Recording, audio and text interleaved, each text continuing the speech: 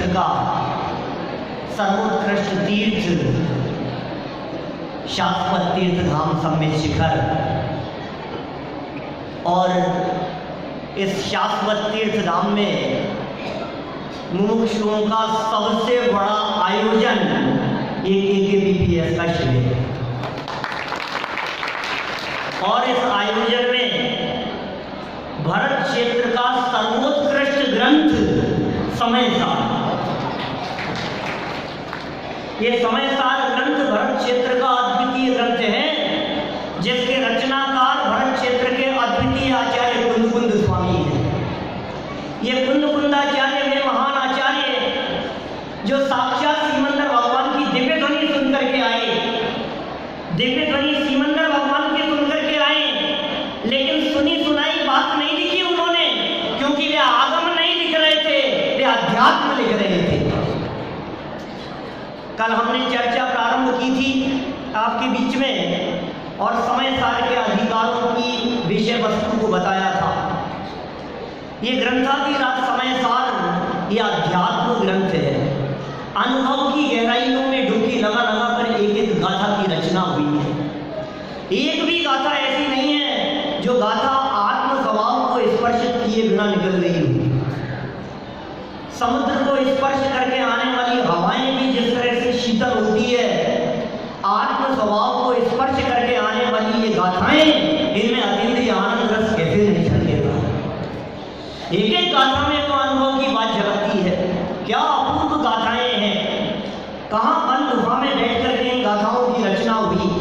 ये दिगंबर संत, ये वीतरागी संत जंगल की गुफा में बैठे हुए, कोई व्यक्ति यदि नगर से भटकता हुआ आए और रास्ता भटक जाए और जंगल में बैठे हुए महामुनिराज से पूछे कि नगर का रास्ता बता दो,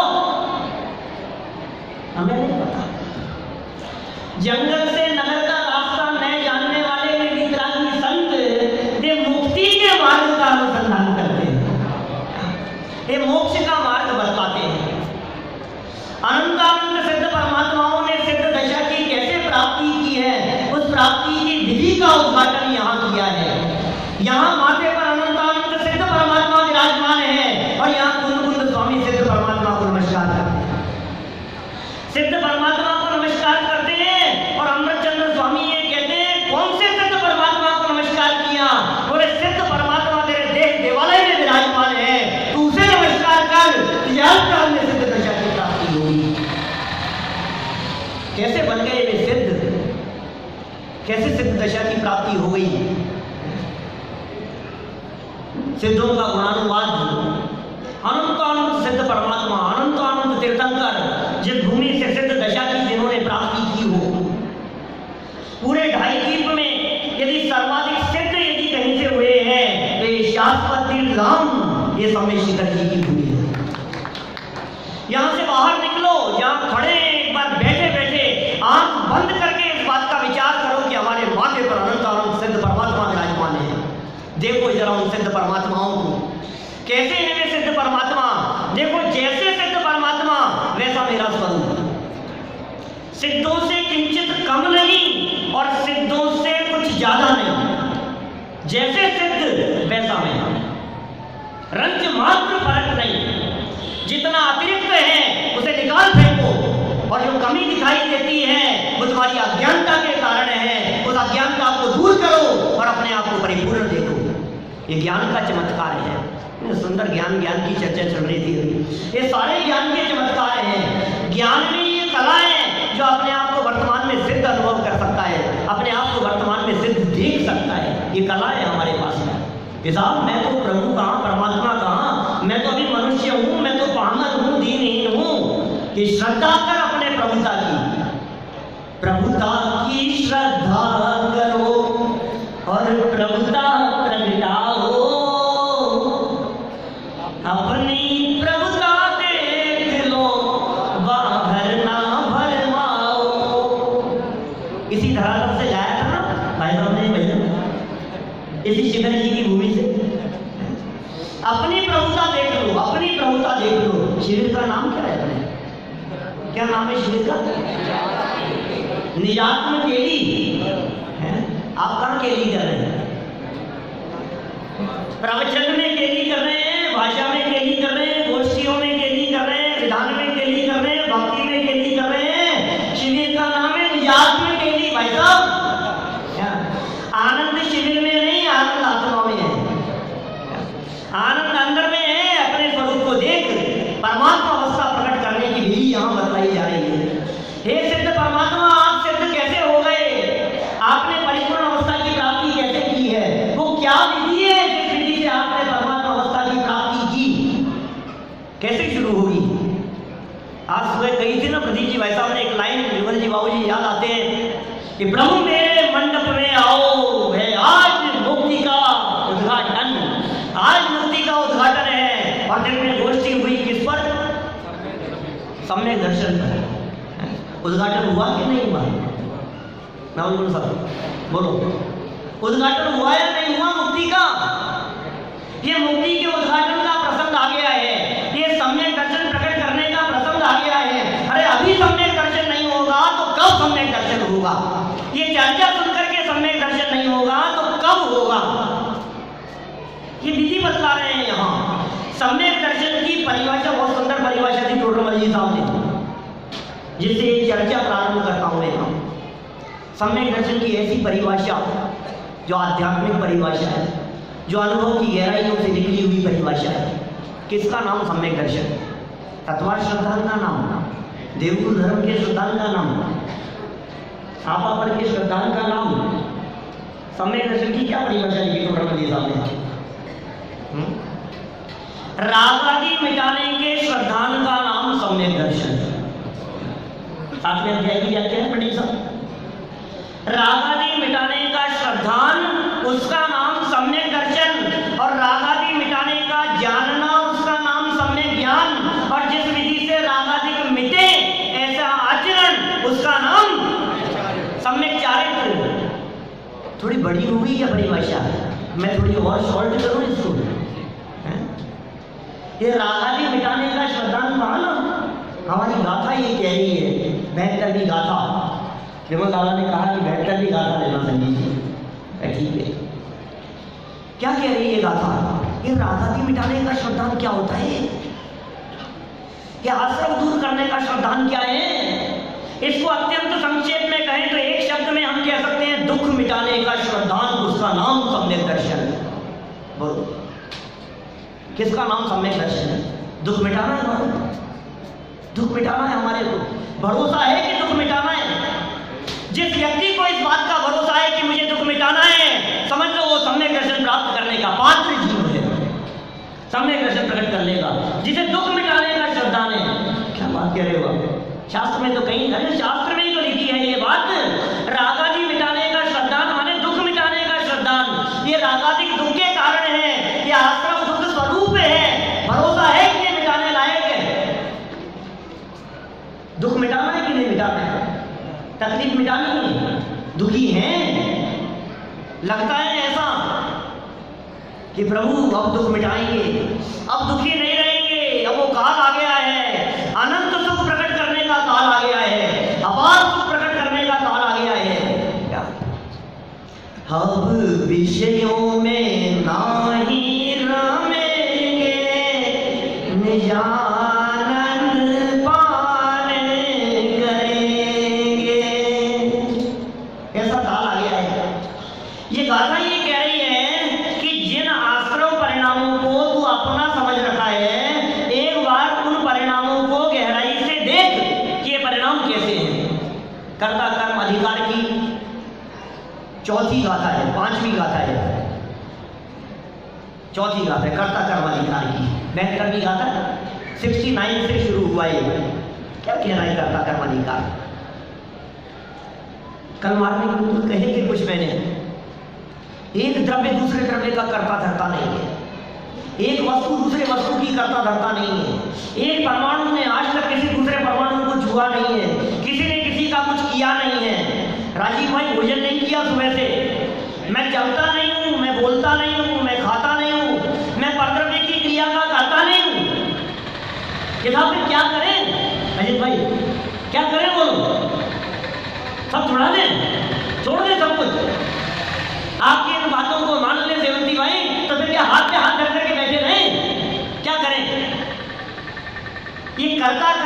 ठाकुरदार ये कह रहे हैं कि तूने आज तक परद्रव्य का कुछ किया नहीं है, तू परद्रव्य का कुछ कर सकता नहीं है, पर तेरा नहीं कर सकता, तू परद्रव्य का नहीं कर सकता, इसलिए कर्तृत्व बल की मान्यता को तोड़ दे।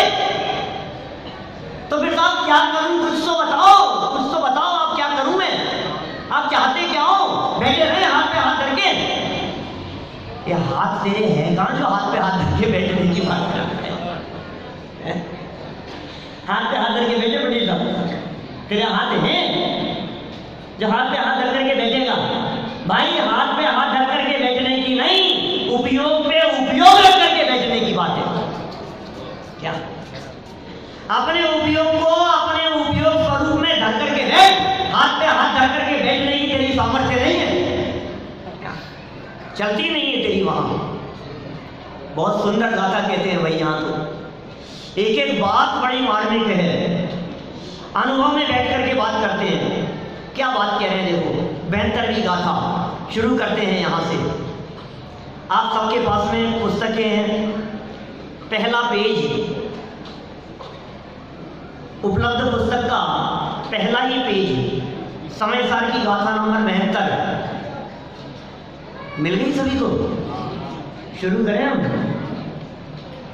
देखो यहां से बोलता हूं गाथा, रिपीट कर सकते हैं आप लोग?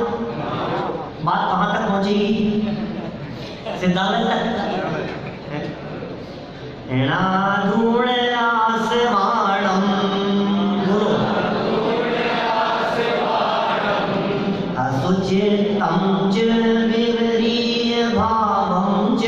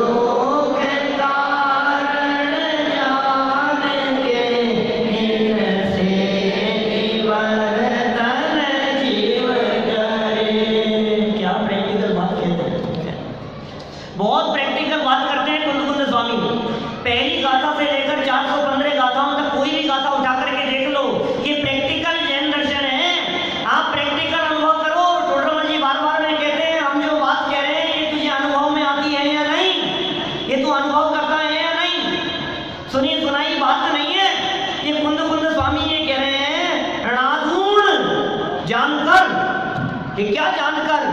आसवाणम, आश्रमों को, अनाधून जानकर, क्या जानकर?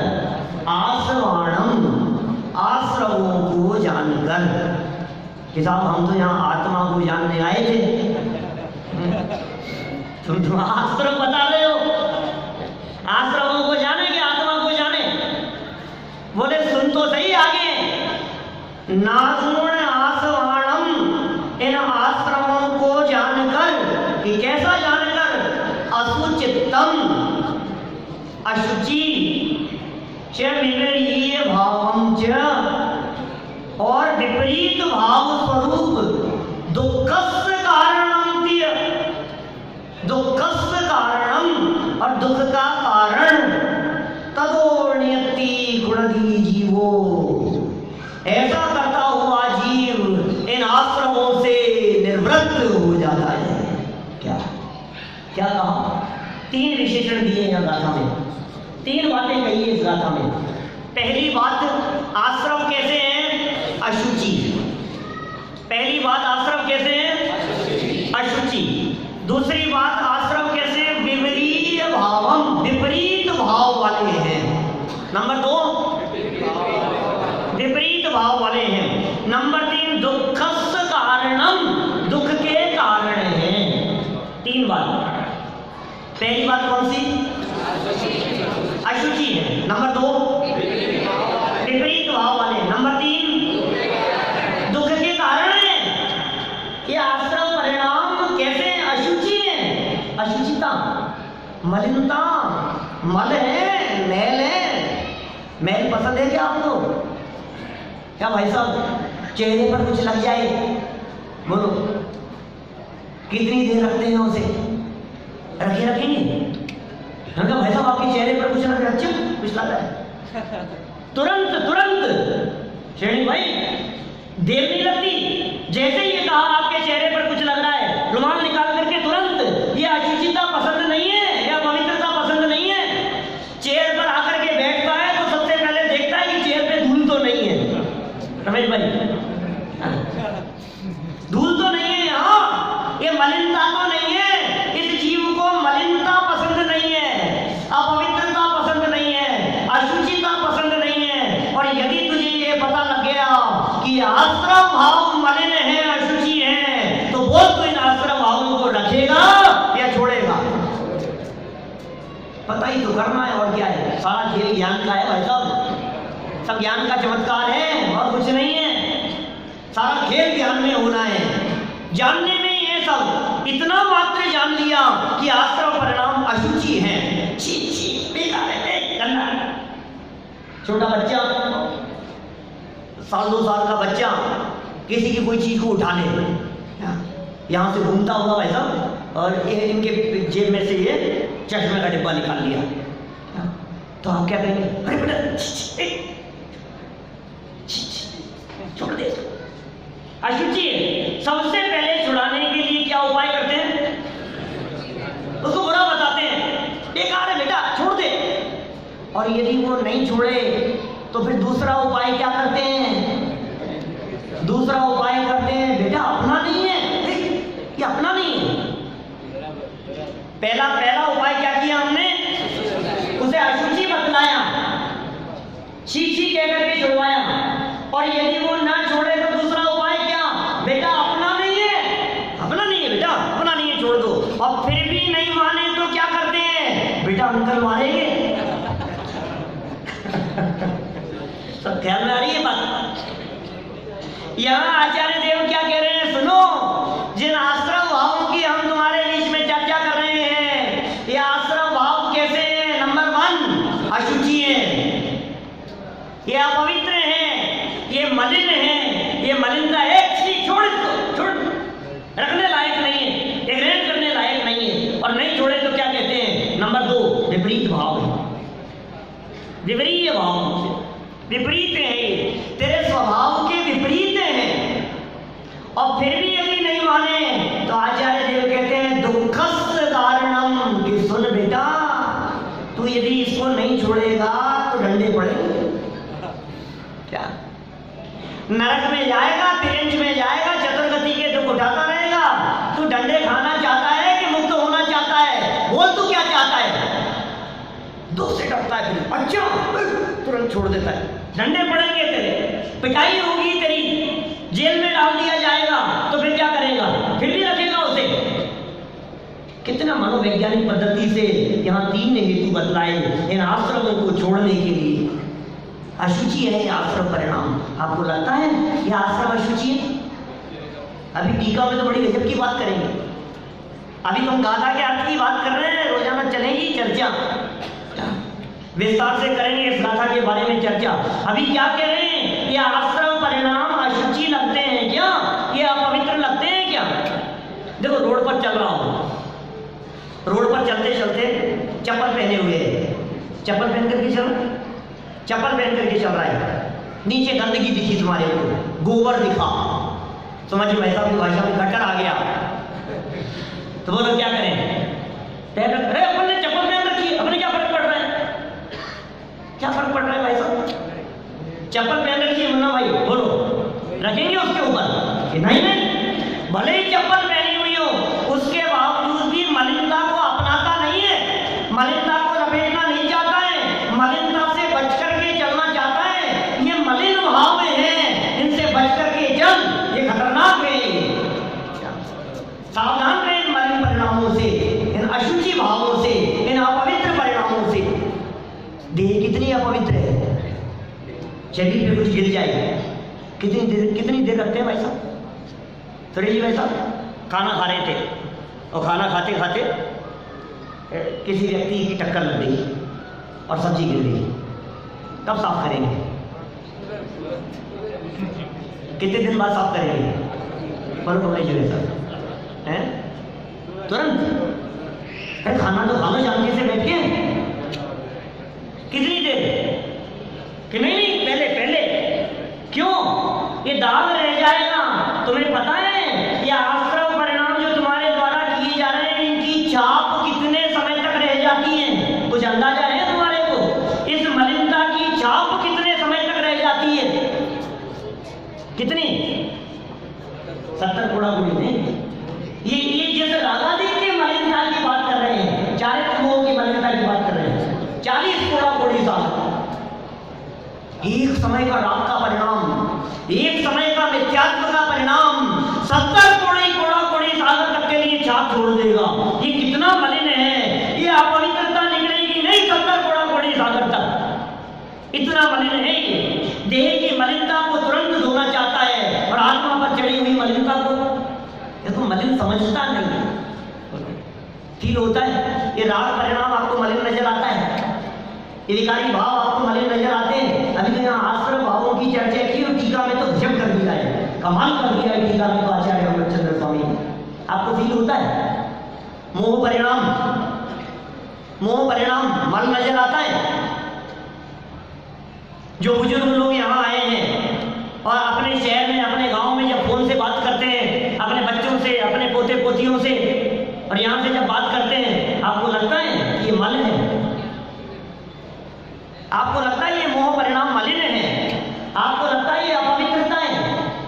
फील होता है ऐसा? ये परिग्रह है, ये क्रोध का परिणाम, ये मान का परिणाम, मायाचार का परिणाम, ये छल कपट, ये लोभ लालच का परिणाम, ये मलिनता, ये फील होता है क्या आपको? मान कषाय का भाव मलिन लगता है? मान मल है, लगता है ऐसा? मान तो मल है ही, मान कषाय तो छोड़ने योग्य है। सही बात है, मान कषाय तो छोड़ने योग्य है। और फिर जब सुबह साफे पहनाए जा रहे थे तब कैसा लगता है? गले में मालाएं डाली जाती है तब कैसा लगता है? नहीं, वो तो अच्छा लगता है, तब तो अच्छा लगता है।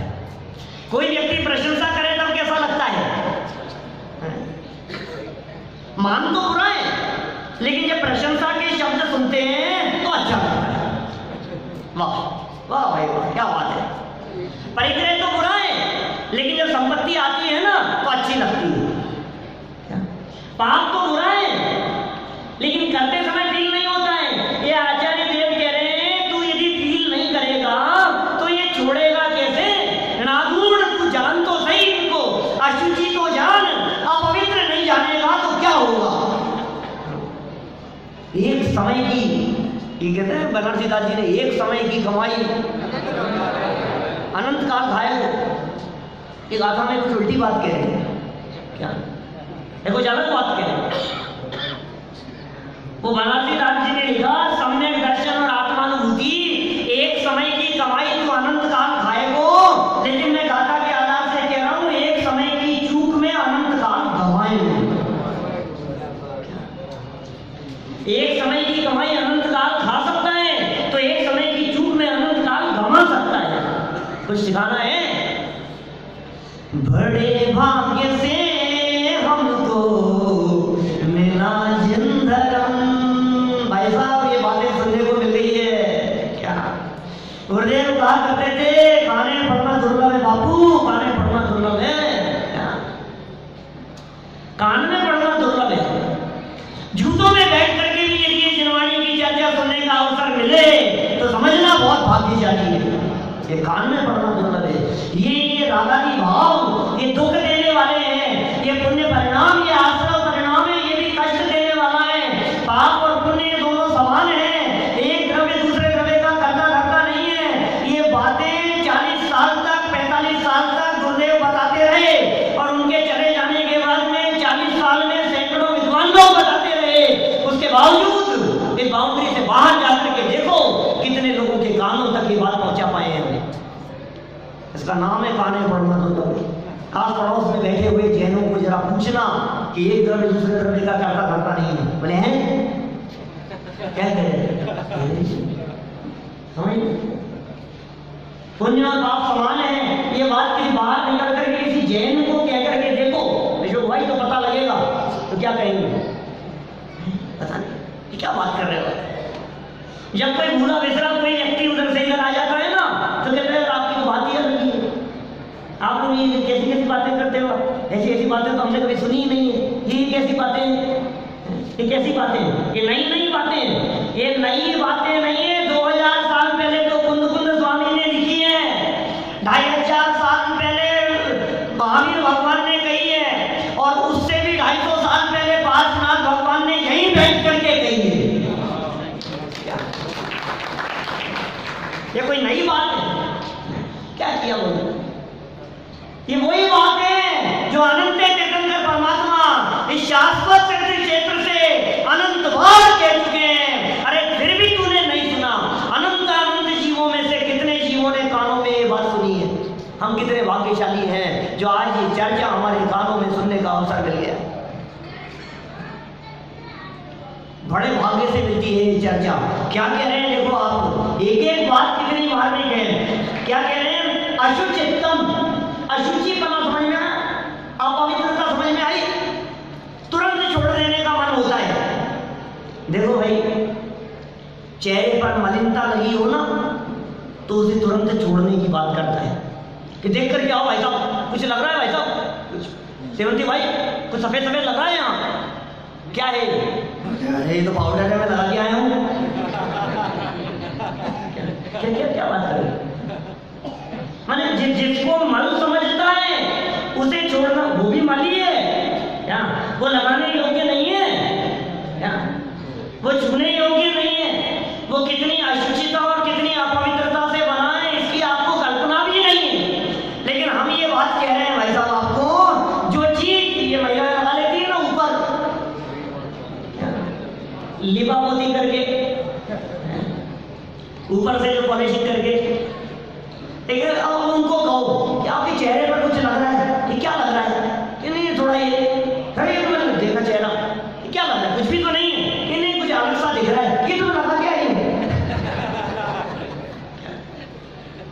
अरे जिसको तुमने अपना स्वरूप समझ लिया उसे मिटाना नहीं चाहता, और जिसे विपरीत भाव समझता है, जिसे अपना स्वभाव नहीं समझता है, उसे छोड़ना चाहता है। किसे छोड़ेगा? तो ये पता लग जाए कि विपरीत भाव वाला है, ये विरुद्ध है, ये मेरे विपरीत है, ये मुझे नुकसान पहुंचाने वाला है, ये मेरा नहीं है। इतनी सी बात पता लगते ही तुरंत छोड़ देता है। ये ज्ञान का चमत्कार है। ये नाधून शब्द से गाथा शुरू कर रहे हैं आचार्य देव। नाधून, जानकर, जान तो सही तो इस बात को, बुरे को बुरा तो जान कि साहब मैंने जान लिया, कि साहब पहली बार पढ़ा रहे थे मेंटर भी गाथा, आप जैसे कहीं आ गए दूसरे सुन लिया हमने, पहली बार थोड़ी ना पढ़ रहे। कहीं तो ऐसे भी होंगे जो कहीं बड़ी पूरा याद है समय साथ हमारे को, क्या बात कर रहे हो? अब कहीं हमारे साथी ऐसा भी कह सकते हैं, पंडित जी हमने तो कई बार किए प्रवचन मेंटर भी गाथा पर, हमें बता रहे हो आप ये आश्रम दुर्कारी है, हमें बता रहे हो ये आश्रम मलिन है, कि हाँ भाई आपको ही बता रहे हैं कि साहब पता है हमारे को कि इसे पता होना नहीं कहते। आचार्य कुंद कुंद स्वामी कहते हैं यदि तुझे पता होता तो निर्वृत्ति नियतिम गुणदी जीवो, नियतिम गुणदी जीवो। गाथा देखो क्या कह रहे हैं, नियतिम नियतिम निर्वृत्ति, निवृत्ति हो जाती है, आश्रमों से निवृत्ति हो जाती तो मुक्त हो जाता प्रभु। आश्रमों की मलिनता की बात कर रहे हैं, आत्मा की बात नहीं कर रहे कि है ना टीकाकार हमारे पास में क्या। मूल गाथा में तो आचार्य देव ने आश्रमों की मलिनता की बात कही, विपरीतता की बात कही, दुख के कारणपन की बात कही, और टीका में अमृतचंद्र स्वामी उसकी तुलना करते हैं आत्मा के साथ में। किताब ये आत्मा की चर्चा कहां से ले आए आप, जब गाथा में आत्मा की चर्चा नहीं की? एमचंदी साहब बोलो, गाथा तो आत्मा की बात नहीं कह रही है, गाथा तो ये कह रही है आश्रम से आश्रम से आश्रम से, तीन बातें कह दी आश्रम के बारे में, तो आश्रम का स्वरूप जान और आश्रम को छोड़ दे, इतना कह रही है गाथा। तो ये अमृतचंद्राचार्य कहां से निकाल रहे हैं, कहां से निकाली ये बात, आत्मा कहां से निकाल ली है? इसमें से सब जगह आत्मा लगा देते हो। अरे भाई साहब गाथा में एक शब्द दिया है कुंद कुंद स्वामी ने, कुंद कुंदाचार्य के पेट में बैठ कर की बात करते हैं अमरचंद्र स्वामी। यदि ये अमरचंद्राचार्य देव नहीं होते तो कुंदकुंदाचार्य देव की इन गाथाओं का मर्म कौन बताता? बोलो।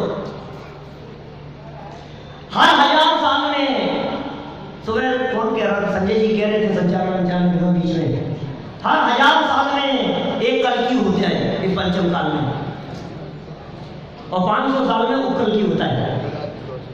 हर 1000 साल में ऐसा होता है। मैं ये कह रहा हूँ हर 1000 साल में यदि कल्की होता है तो हर 1000 साल में उस कल्की के विरोध में इस तत्व की धारा को प्रवर्तन करने वाला एक महापुरुष जन्म लेता है। 2000 वर्ष पहले यदि कुंदकुंदाचार्य हुए तो उनके 1000 वर्ष बाद में अमरचंद्र स्वामी हुए, और उनके 1000 वर्ष बाद में फिर एक महापुरुष ने जन्म लिया, गुरुदेव श्री कांत स्वामी, जिन्होंने तत्व की गहराई में बैठ करके बात की। कल की तो धर्म विध्वंसक हुआ करते हैं, ये धर्म प्रचारक हुआ करते हैं। अरे यदि गुरुदेव ना होते तो इन गाथाओं का मर्म हमें हमारी लोक भाषा में कौन समझाता, कौन बताता है? बात हमारी भाषा में हमारी बात बतला दी। आपको फील होता है ऐसा कि आश्रम ऐसे हैं, इतने अपवित्र हैं, इतने मलिन हैं, मुझे अच्छा ही समझ रहा हूँ, मुझे लग रहा है ये बहुत अच्छा है, मैं लगा करके आया हूँ, फिर मेरा ही है, मेरा ही स्वरूप समझ लिया है। शरीर अशुचि है, लेकिन शरीर की अशुचिता तेरे केवल ज्ञान और अनंत सुख प्रकट करने में बाधक नहीं है, लेकिन ये आश्रमों की जो अशुचिता है, ये किंचित मात्र भी बनी रही तो आनंद प्रकट नहीं हो पाएगा। बोलो कौन ज्यादा अपवित्र है? देह ज्यादा अपवित्र है या नारादी ज्यादा अपवित्र है? बोलो। विष्टा है ना, विष्टा मन, जगत में जो हमारे को अशुचि दिखाई देता है वो ज्यादा अपवित्र है, वो तो अपवित्र दिखता है हमारे को, है ना, उसको तो छूना नहीं चाहता, छू लेने तो नहाने की बात करता है, लेकिन उस मल की बनाने की जो फैक्ट्री है, वो मल जहां से बना है, सारे रॉ मेटेरियल को जो मल में कन्वर्ट कर देता है, वो शरीर तुम्हें अशुचि नहीं दिखाई देता है? और ये कह रहे हैं ये शरीर कितना अशुचि होगा, सोचो। और फिर इस अशुचिता के बने रहने पर भी अनंत परमात्मा इस भूमि पर अनंत जीवों ने केवल ज्ञान की प्राप्ति की, अनंत सुखों की प्राप्ति की, लेकिन रागादि रंज मात्र भी बने रहे। सुनो, राग रंज मात्र भी बना रहे तो अनंत सुख नहीं हो सकता, और मिथ्यात्व रंज मात्र भी बना रहे तो सुख की कणिका भी जागृत नहीं हो सकती। कौन ज्यादा मलिन है? देह ज्यादा मलिन है या देह से निकला हुआ मल ज्यादा मलिन है, या राग भाव ज्यादा मलिन है, या मिथ्यात्व भाव ज्यादा मलिन है? कौन अशुचि है? ये विपरीत है भाई साहब, ये विपरीत है।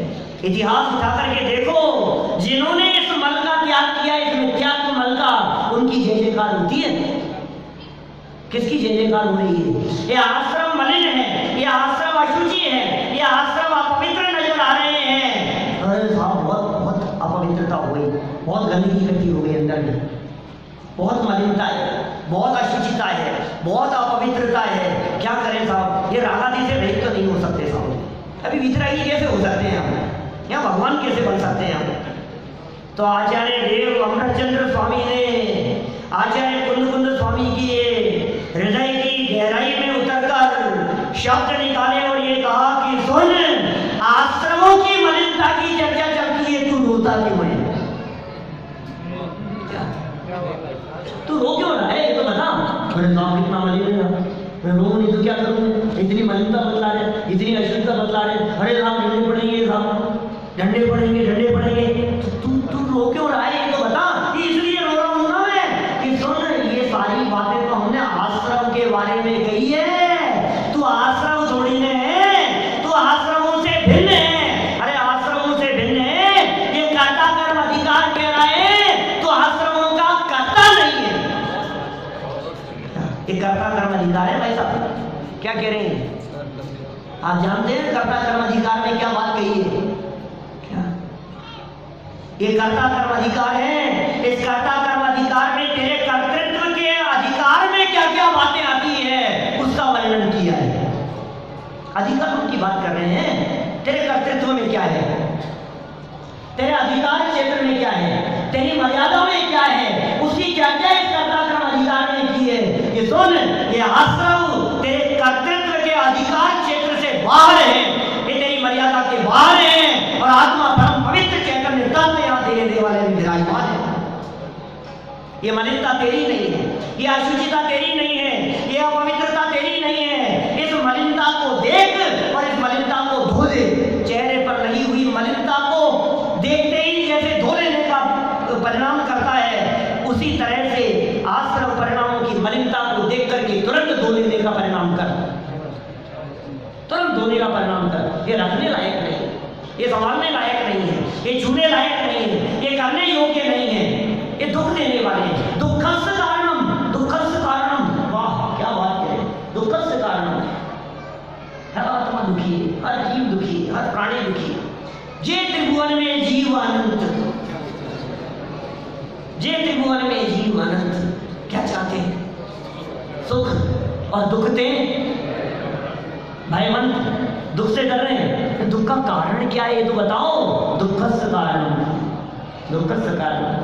ये आश्रम परिणाम तेरे दुख का कारण है, तो छोड़ दे इनको, आनंद मना, अपने स्वभाव को देख। जो दुख का कारण है उसे छोड़। और विष्टा तो छोड़ ना, तेरे को मिष्ठान खिला रहे हैं यहाँ, तुझे जलेबी खिला रहे हैं, तू विष्टा देख रहा है। तुझे मिष्ठान खिला रहे हैं, तुझे रसगुल्ला खिला रहे हैं, तुझे मावा खिला रहे हैं, तुझे विष्टा दिखाई दे रही है, तेरी दृष्टि में खोट है। छोड़ एक बार। दृष्टि देने योग्य पदार्थ नहीं है, देखने योग्य पदार्थ तेरा ये परम पवित्र पदार्थ है। आश्रम विपरीत स्वभाव वाले हैं और चैतन्य त्रिकाल गहन स्वभाव वाला है। ये आश्रम तेरे स्वभाव में नहीं है कि साहब कैसे पता किए मेरे स्वभाव में नहीं है। कि आंखें बंद करो और देखो अपने मस्तक के ऊपर विराजमान अनंत अनंत सिद्ध परमात्माओं को। क्या है उनके पास में? बोलो। राग है उनके पास में, विकार है उनके पास में, कषाय है उनके पास में, मिथ्यात्व आदि मलिनता है उनके पास में, काम क्रोध आदि परिणाम है उनके पास में, हास्य आदि परिणाम विकारी भाव दिखाई देते हैं उनके पास में। तो एक फॉर्मूला याद रखो, जो सिद्ध परमात्मा के पास में है वो मेरा स्वरूप है, और जो सिद्धों के पास में नहीं है वो मेरे स्वरूप से बाहर है। इतना सा फॉर्मूला याद रखो, और इतना सा फॉर्मूला यदि याद रहेगा तो जो बाहर दिखाई देते हैं उन्हें तुरंत छोड़ देगा। और जब ये तुरंत छोड़ देगा तो आचार्य कुंद स्वामी ये विश्वास दिलाते हैं, ये रिटर्न में लिख करके देते हैं कि तू अंदर में परिपूर्ण तत्व है, उस परिपूर्ण तत्व की अनुभूति तुझे हुए बिना नहीं रही। अतीन्द्रिय आनंद के झरने जमेंगे भाई साहब, उस प्रभुता को स्वीकार करते ही। विकार दिख रहा है ऊपर, डायमंड है ना, डायमंड खान से निकला है, कदम से निकला है, मलिनता दिखाई दे रही है, अपवित्रता दिखाई दे रही है। ऊपर ऊपर है, घिस इसको, मलिनता को निकाल, अंदर में देख, चमकता हुआ डायमंड दिखाई देगा तुझे। ये राग आदि विकारी भाव ये ऊपर ऊपर लौटते हुए दिखाई देते हैं, इनको थोड़ा सा दरकिनार करके तू एक बार अंदर में देखने का प्रयास कर, तुझे अंदर में चमकता हुआ चैतन्य तत्व दिखाई देगा। देख एक बार अपने स्वरूप को, अपनी उस प्रभुता को देख और अपनी उस प्रभुता में समाज। ये उपाय है यहाँ, ये विधि बतलाने वाले हैं, ये अमृतचंद्र स्वामी, ये अमृतमयी वाणी बतलाने वाले हैं यहाँ। भाई साहब इन आश्रम परिणामों के संदर्भ में जो 3 बोल दिए हैं, नंबर 1 याद रखना, नंबर 1 अशुचि है, नंबर 2 विपरीत भाव वाले हैं, और नंबर 3 दुख के कारण है। और मेरा भगवान आत्मा कैसा है? अशुचि है क्या? नहीं, ये जाए भगवान आत्मा शुचि है, और ये आश्रम भाव विपरीत भाव वाले हैं, और जाए भाव स्वभाव वाला है, और ये आश्रम भाव दुख के कारण है, और जाए भाव सुख का कारण है। तो भाई हमारे सुख का कारण कहीं बाहर नहीं